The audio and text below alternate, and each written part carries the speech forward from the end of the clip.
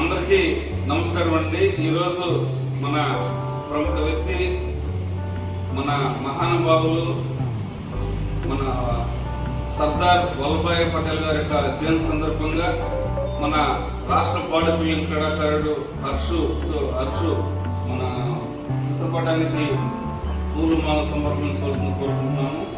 అంటే బాబు కూడా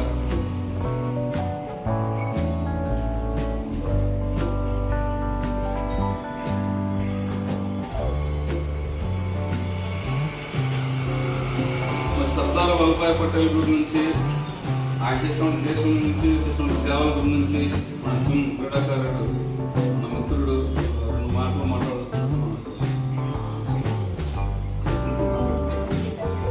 సర్దార్ వల్లభాయ్ పటేల్ గారు ఆయన స్వాతంత్రం వచ్చిన తర్వాత క్యాబినెట్లో ఎన్నో గొప్ప పనులు చేశారు. హైదరాబాద్, గోవా ఇండియాలో కలవకముందు ఆయనే ఆర్మీ యాక్షన్ ద్వారా హైదరాబాద్ మరియు గోవాని ఇండియాలో కలవడం జరిగింది. అలాంటి పని ఎప్పుడు సాధించలేదు కాబట్టి ఆయన్ని ఐరన్ మ్యాన్ ఆఫ్ ఇండియా అంటారు.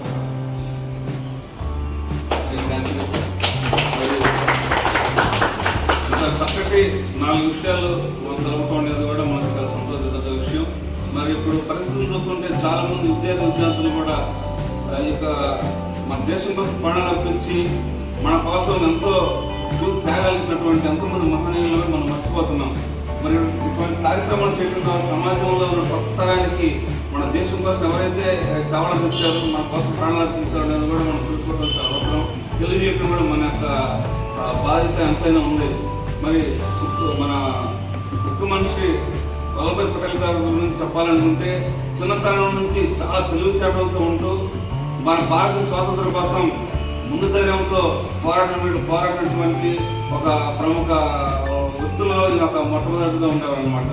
అదేవిధంగా చదువుకోవడానికి చిన్నప్పటి నుంచి బుక్స్ చదువుకోవడానికి కూడా డబ్బు లేని పరిస్థితుల్లో ఉపాధ్యాయులు పోటీ పడినటువంటి అక్షరాలను నోట్స్ లెక్కించుకొని, ఆ తర్వాత ఉపాధ్యాయులు అడిగినప్పుడు నాకు ప్రతి ఒక్క అక్షరం కూడా మీకు అప్పచెప్పుతానని చెప్పి అప్పచెప్పిన తర్వాత అక్కడ ఉండేవాళ్ళందరూ ఆశ్చర్యకలిగించేంత జ్ఞానం కలిగి ఉండేవారు. ఏ సమస్య అయినా సరే, ఎంత పెద్ద సమస్య అయినా సరే, ఒక ఆలోచనతో ఆ సమస్యను పరిష్కరించడంలో కూడా ఆయన ముందుండేవారు.